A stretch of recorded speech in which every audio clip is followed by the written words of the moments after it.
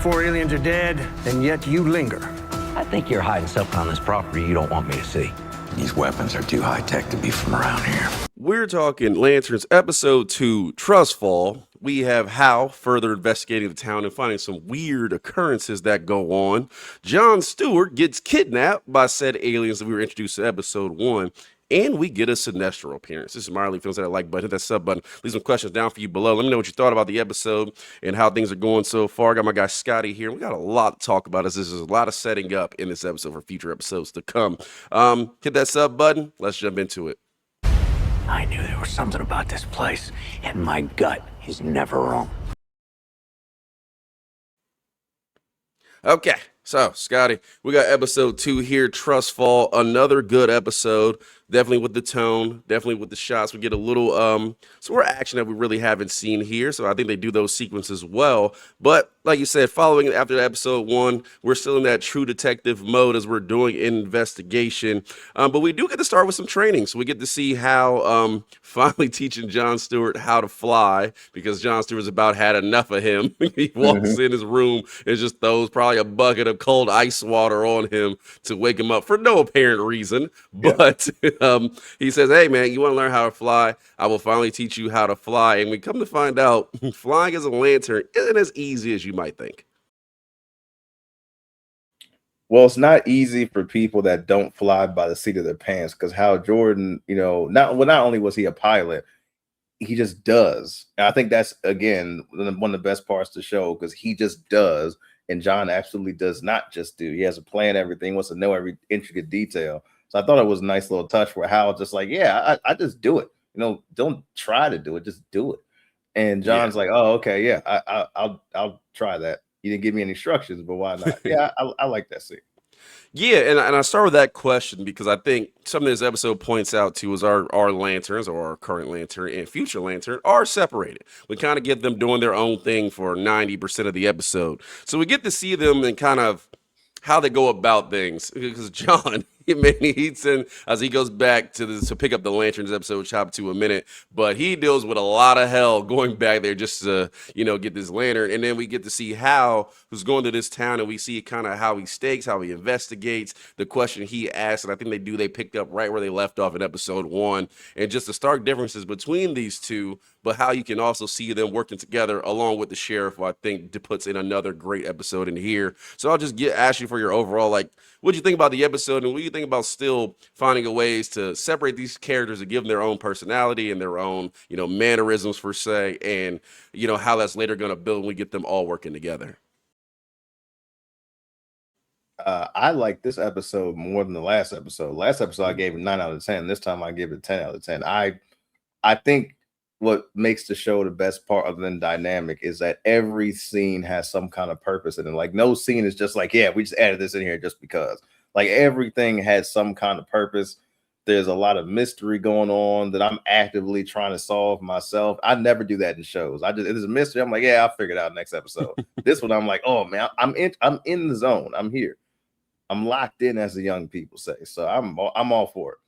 I don't know how you can ruin this show unless you somehow have a terrible finale, like the thing that's been happening the last couple of years with a lot of these shows. Yeah, don't speak that into existence too early, because they'll find a way. But I think that what we got in this episode was there's a lot of setups, new introductions of characters, a lot of Easter eggs, as I mentioned at the beginning. So, down below, let me know your favorite Easter egg or thing you saw for this episode. Now, as we were saying before, Hal's ring is running a little low as they are training, and finds out it's only on 5%. So he has to send John. He actually buys him a flight this time, a window seat for mention, and sends him back to go get his lantern and obviously bring that back. Now, as John goes back, we do start with the town, and as Hal is traveling around, I mean, this town is almost like a ghost town. It is very empty, and it's like,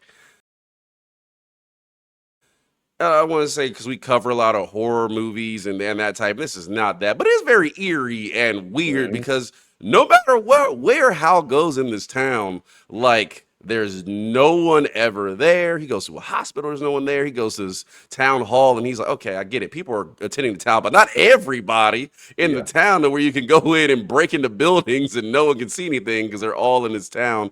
And we also get an introduction of some alien tech that we didn't see before that was at the football field. But he does go to the town hall, first of all, and he talks to the son, the lawyer, who's the son of the main guy. I believe his name is Will, who's kind of running the ranch thing going on. And he's like, hey, man, like, I got some questions. Like, how did you know to only shoot the aliens that were at the football game? A very odd thing that's like, you knew something that you're not telling me. Mm-hmm. And Hal's doing his, again, I had a feeling. That's what he always says. He had a gut feeling, and he's doing his detective work. It's all unconventional detective work. Like, he's not actually able to investigate any bodies or whatnot in the morgues, or he just like, I'm just gonna put him in the back of this Corolla. He said, oh, it's a funny looking metal detector. I'll just take off the bumper of this Corolla and see if it goes off through the metal detector. Oh, it's not going off. Huh? He's just doing stuff. And I like how they're keeping with the theme of Hal is just doing stuff and it somehow works. I think they got Hal's character down to a T, especially an older version of Hal Jordan. I think this is exactly how Hal Jordan would be acting. Yeah, the way he operates is so like unorthodox, but you can just tell like that's experience. Like, like let me figure this out. Like you can tell very much with John. Like again, he was a Marine sniper.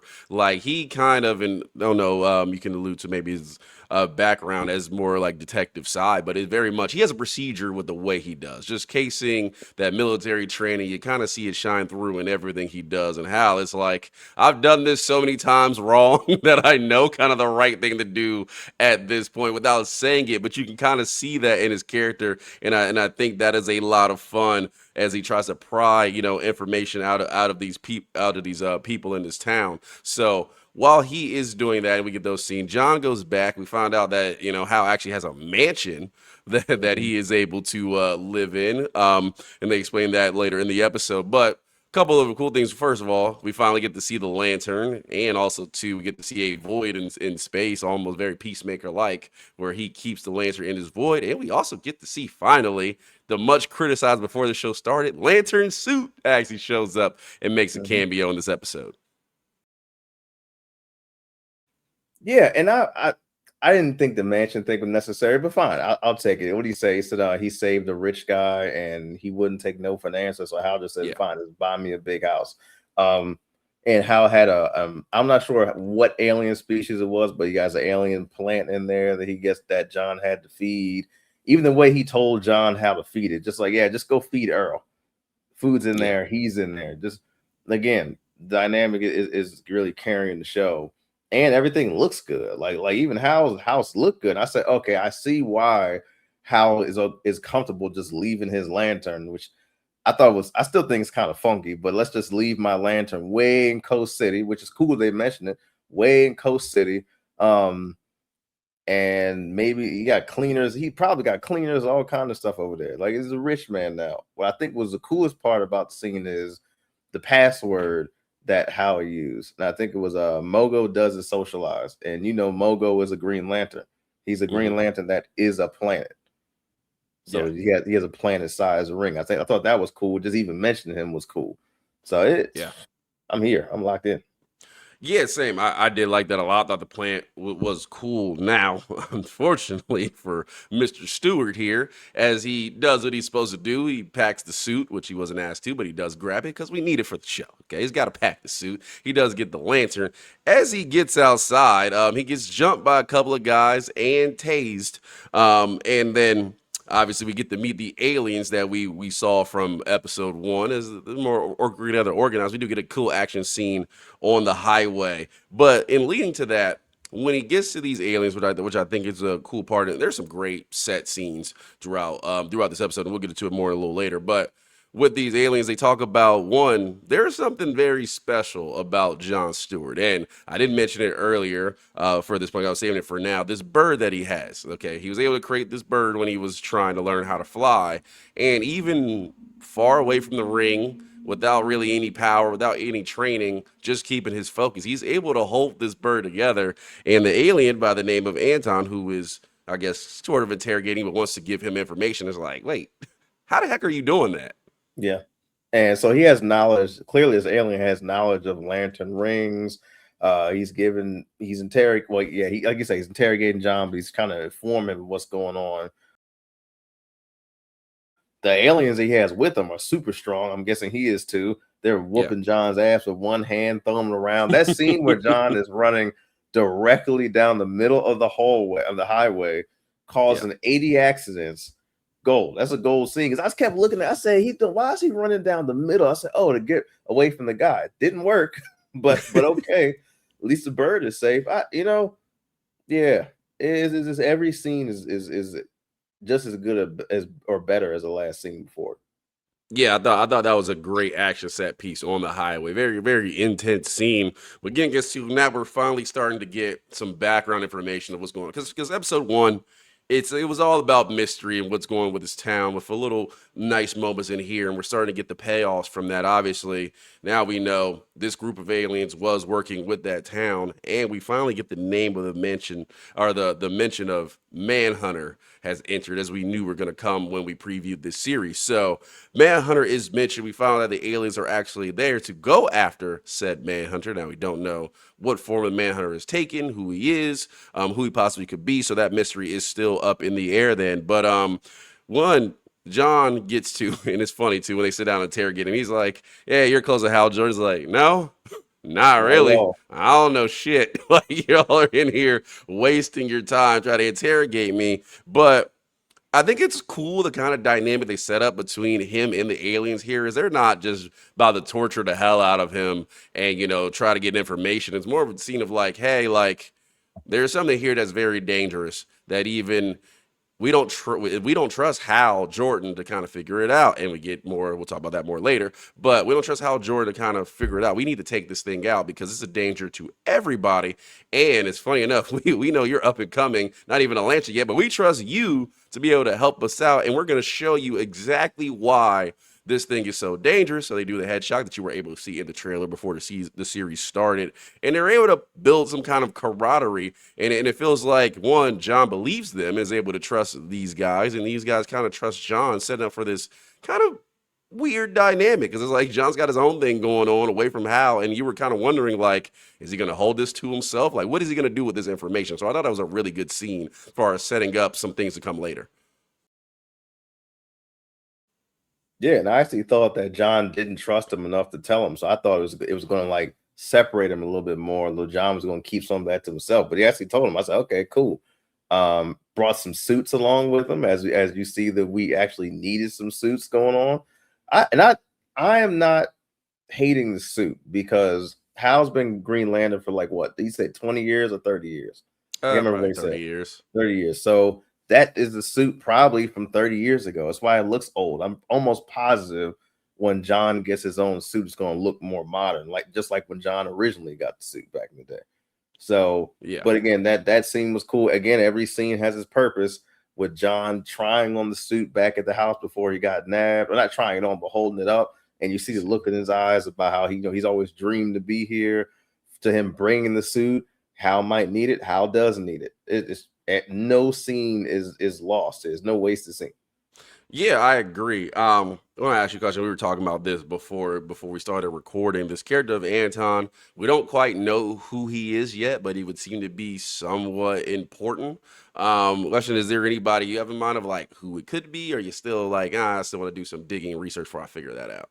Before I remembered Atrocitus's actual first name, Astros, I said, oh, that might be Atrocitus's first name from DC, a Red Lantern, where his planet was destroyed, everybody killed by Manhunters. So I said, oh, that directly connects to it. Now I just think maybe or it could still be Atrocitus. Maybe he takes the human form when he's on Earth. But I would like to think that this guy is just working for Atrocitus, and we get to see Atrocitus towards the end of this series. So right now, I'm going to hold off on thinking that's Atrocitus. I'm going to think it's definitely someone connected to him. Why not? Yeah, it feels like definitely when you give that background information, it feels like that story is definitely connected there into either that could be him in a different form or he's working there. But Leaving that on, we got obviously get back to what how Jordan's side of the investigation is, and he's going through town. Like I said, he went to the town hall to ask questions. Obviously, him and the sheriff get into it because they always get. They're like an old. Is everybody in the show's an old married couple? But we do get some really good things out of this. So. Number one, like you said, he does his investigation, figuring out they have actually an alien detector, not a metal detector. So bring all the guns you want to the football game because you'll never get caught. As long as you're not an alien, you're good. So, while that, but Hal Jordan knows, he's like, hey man, like this technology is way advanced from things I've seen, and I've been all across the galaxy. So him and the sheriff who pulls him over says, why you have 5 dead bodies in your trunk? Is go to the farm. They go back to see Will, and I think they have a really good villainish, kind of standoff, saying like, hey, like you got something on this land. You invited me here to kind of make me think everything was kosher, but I know everything is not kosher. What do you have going on here? And again, we get to allude to what you talked about in our first episode 1 review. Somebody who they're working for has a lot of power and a lot of reach. They still will not give you a name yet. It'll come some point in this season. But that actor that plays Will, he does a great job. Yeah, he's a great villain. And also too, like they're not messing. And I love this. Villains that don't mess around. If you do this, you'll pay for it. Hal does something and he pays for it. Yeah, I like that too, because I was like, I knew he was going to bluff with the ring. I also like the scene because that's a stupid thing for Hal Jordan to do. Fully in character, where he's like, okay, I'm going to pull up here in this Toyota Corolla with the sheriff. I'm going to demand answers, but I have no leverage, no backing, no power. I'm just going to bluff my way through it. And then these guys, since they're stupid villains, they're not going to shoot me no matter what I do. And they shot him right away. I said, damn. As they should. Yeah. Back to the drawing board on that one. Yeah. So he does get shot, end up in the hospital, which also is too weird because he's the only patient in this hospital with equipment they don't use. But in that, we do get a good conversation with him and the sheriff, where one, she tells him, stop messing around and listen to me for once. But she says, hey, you were asleep. You mentioned this name, and we all know it, Sinestro. Who is Sinestro, and why exactly what exactly happened to him? Because Hal probably gave us some stuff in his sleep about Sinestro, and he's getting arrested or he gets imprisoned and all that. But I thought too it was a good camaraderie point where him and the sheriff are going to start to work together. You kind of feel like she's like, hey, like one thing important that she drops is like, hey, I worked really hard to give people the impression that I run this town and it runs through me, though I don't have the most power in this town, and we know who does. And you're about to come in and ruin all that. And the last thing we need is the town falling into mass hysteria because the guy with the most power in this town is around hunting down aliens in the middle of Nebraska. Yeah, and you can see some kind of also fear there. She's trying to save him. Like, yeah, you go into against my husband, you might not make it. We've seen some previews of the technology her husband has, even when him and Anton finally meet. So we'll see who's backing him. I wonder if they're going to throw us like a random person, like a Vandal Savage, or use this to throw in Amanda Waller or something like that, and say she's been backing him to do this in this town because she found out there were aliens in the town. Somebody that's rich in DC. So I'm guessing it's going to be. I would love it to be Viola Davis standing behind that door, walking in, Hal Jordan. And, she walks in all cocky. Hal Jordan, you've been asking a lot of questions. I'd love to see a scene like that. That would be cool. Now outside of Sinestro, we also do get a Gotham City mention as to where the sheriff is from. While she's there, she just randomly picked it and I guess dipped out. Probably was one of the sensible people that was like, they blow up this city every week. I'm moving to a place where they're not gonna blow anything up. And then Hal Jordan comes in there and they start blowing stuff up. So she probably just can't catch a break. But that is another little Easter egg for you. Now, as John gets back. He finally gets back with the bird intact, the suit and all that stuff, and the lantern. He does run into the grandmother again that he hooked up with. I don't know if that scene was really given away. I'm like, okay, they're going to give away some information. Not too much. Trying to tell us about the background of Will and why they're married and that she was able to step out on that marriage. So not too much, but we're kind of building some relationship there between those two. I also do love how Hal Jordan refers to it as his girlfriend's husband. Girlfriend's husband doing this. Like, Jesus Christ, man. But when John and Hal do meet up again, a lot of good stuff. So one, we have the mention of the manhunters, as John does, like you said, share that information. And he's like, how do you know that? I didn't give that to you. So some back and forth there on who the manhunters are. And again, what John did see when they shocked his head, we still haven't seen yet. But like you said, it's probably going to come later. And we'll get to that realization because it does seem to change him.